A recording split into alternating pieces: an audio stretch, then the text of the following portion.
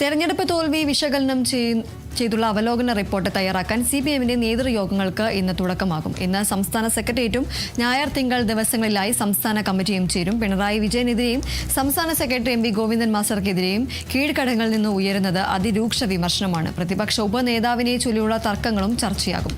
Aparna KS ചേരുന്നു വിവരങ്ങളുമായി. അപർണ, ഏതായാലും ഈ ഒരു തെരഞ്ഞെടുപ്പ് തോൽവി അടക്കമുള്ള കാര്യങ്ങൾ വിശകലനം ചെയ്യുന്നതിനായിരിക്കും പ്രധാനമായും ഇന്ന് ആരംഭിക്കുന്ന CPMന്റെ നേതൃയോഗങ്ങളിൽ ചർച്ചയാകുക. അതോടൊപ്പം തന്നെ ഈ ഒരു പ്രതിപക്ഷ ഉപനേതാവ് സ്ഥാനത്തെ ചൊല്ലിയുള്ള ഒരു തർക്കവും ഈ LDFൽ രൂക്ഷമാകുകയാണ്. ഇതടക്കമുള്ള കാര്യങ്ങൾ ഈ ഒരു യോഗത്തിൽ ചർച്ചയാകാനുള്ള സാധ്യതയാണുള്ളത്. ദീപ്തി, തെരഞ്ഞെടുപ്പ് തോൽവി വിശകലനം ചെയ്തുള്ള അവലോകന റിപ്പോർട്ട് തയ്യാറാക്കാനായിട്ടാണ് ഇന്ന് CPMന്റെ നേതൃയോഗങ്ങൾ തലസ്ഥാനത്ത് ചേരുന്നത്. കൂടാതെ തന്നെ സംസ്ഥാന സെക്രട്ടേറിയറ്റും നാളെയും മറ്റന്നാളുമായിട്ട് സംസ്ഥാന കമ്മിറ്റികളും ഇത്തരത്തിൽ നടക്കുന്നുണ്ടാകും. മുതിർന്ന നേതാക്കളുടെ അടക്കം സാന്നിധ്യത്തിലായിരിക്കും ഇത്തരത്തിൽ യോഗങ്ങൾ നടക്കുക. തെരഞ്ഞെടുപ്പ് തോൽവി വിശകലനം ചെയ്യുക എന്ന് തന്നെയായിരിക്കും ഈ യോഗങ്ങളുടെ പ്രധാന അജണ്ട എന്ന് പറയുന്നത്.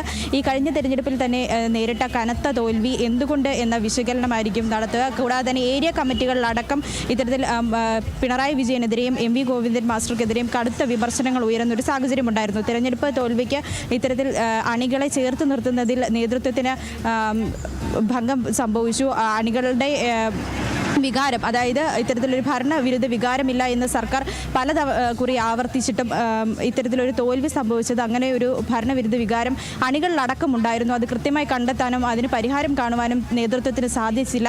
ഏകാധിപതികളെ പോലെ ഇവർ പെരുമാറി എന്ന തരത്തിലുള്ള വിമർശനങ്ങളൊക്കെ തന്നെ ഇത്തരത്തിലെ ഏരിയ കമ്മിറ്റികളിൽ ഉയർന്നു വന്നിരുന്നു.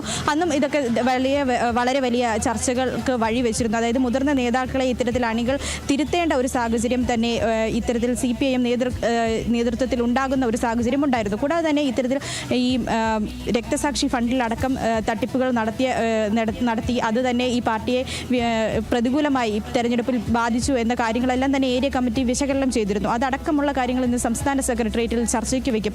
പിന്നെ മറ്റൊരു കാര്യം എന്ന് പറയുന്നത് ഇപ്പോൾ പ്രതിപക്ഷ ഉപനേതാവ് സ്ഥാനത്തേക്ക് വേണ്ടി ഇത്തരത്തിൽ ഈ മുന്നണിക്കുള്ളിൽ നടക്കുന്ന തർക്കങ്ങളാണ്. CPM CPI തർക്കം വളരെ വിപുലമായി അല്ലെങ്കിൽ തന്നെ കാര്യക്ഷമമായി തന്നെ നടക്കുകയാണ്. ഇരു മുന്നണികളും തങ്ങളുടെ നിലപാടിൽ ഉറച്ചു നിൽക്കുന്ന ഒരു സമീപനമാണ് ഇപ്പോൾ കൈക്കൊണ്ടിരിക്കുന്നത്. അതൊക്കെ തന്നെ ഇന്ന് ചർച്ചയ്ക്ക് വഴിവെക്കുന്നതായിരിക്കും. ഇരു മുന്നണികളും തങ്ങളുടെ നിലപാട് അറിയിച്ചു.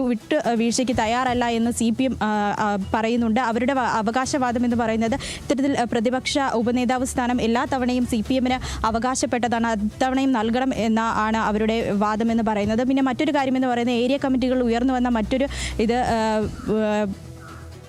മറ്റൊരു അഭിപ്രായം എന്ന് പറയുന്നത് പിണറായി വിജയൻ ഇത്തരത്തിൽ പ്രതിപക്ഷ നേതാവ് എന്ന സ്ഥാനം നൽകരുത് എന്നുള്ളതായിരുന്നു. കാരണം പിണറായി വിജയനെതിരെ കടുത്ത വിമർശനങ്ങൾ ഉയർന്നിരുന്നു.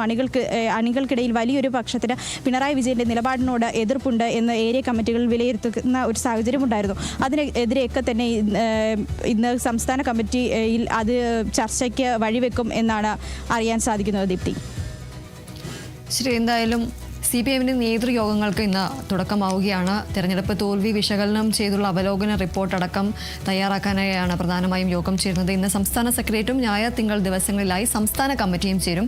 പിണറായി വിജയനെതിരെയും സംസ്ഥാന സെക്രട്ടറി MV ഗോവിന്ദൻ മാസ്റ്റർക്കെതിരെയും കീഴ്ഘടകങ്ങളിൽ നിന്നും അതിരൂക്ഷമായ വിമർശനം തന്നെയാണ് ഉയർന്നത്. അതോടൊപ്പം തന്നെ പ്രതിപക്ഷ ഉപനേതാവിനെ ചൊല്ലിയുള്ള തർക്കങ്ങളും ഈ ഒരു യോഗത്തിൽ ചർച്ചയാകാനുള്ള സാധ്യതയാണുള്ളത്. അപർണ KS ആണ് വിവരങ്ങൾ നൽകിയത്.